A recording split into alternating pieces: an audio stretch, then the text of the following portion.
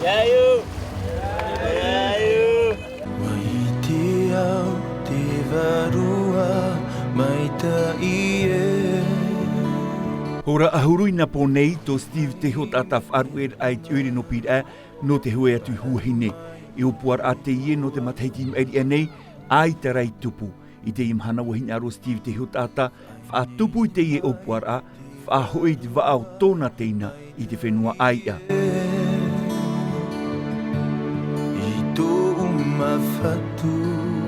Nā roena o tupuara whahoi te Tahiti mere nei, tire matei ari tano me te mea. Rao afrori me ho, mania rira e te rira tamatau. Trao e naune o e whanotu huaine nā mua, whawhai ari tauhora o tene afroroto e bobora o pepe ia. Ho te whaariwar arawe hiai, mai te mātau hia, ti tau hia e ani te tauturu i tō tere ai. Wata mai te mau hoa e te mau wheti, no te whai tui tōra i ana, i roto i te ie tere.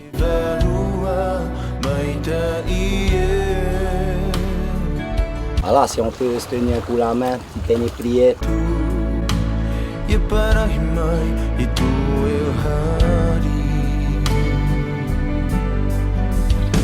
Te papu e ereiti mea ohie no te whanho i te tapuro oipa mai te ie te huru.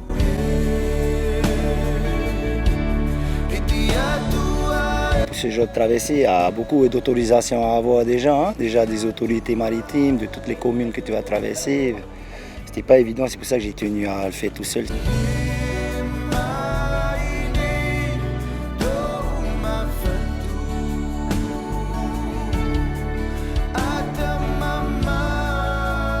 Aune ari uaine hanere o wauhuru kilometera.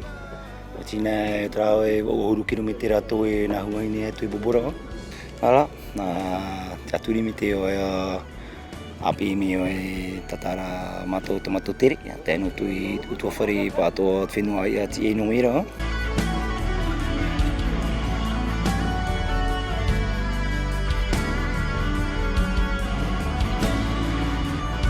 Ape hia o iai ni ai te moana uri pao e te hoe pupu tata e iau i tāna tahura, piti ahuru, hare roa piti ahuru mā piti hora te Maoro, no te nati a Tahiti et te whenua no huahine. Moi, tout seul le rameur, c'est vraiment tout seul, mais je suis accompagné d'une équipe.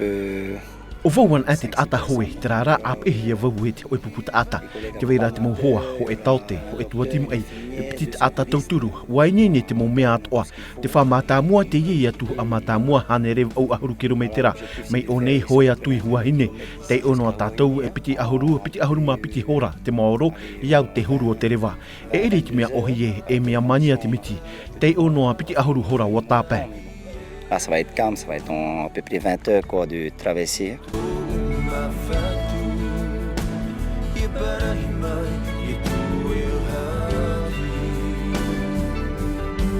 Te tumu o Steve i whaoti e whahui te wao tōna teinei popora, no te mea ia hoe oruar hei no te whahanhanar a ia Kevin Quider o te tarena ia amhanam a piti ahuruma hitu no e perera i te mat en anov anui.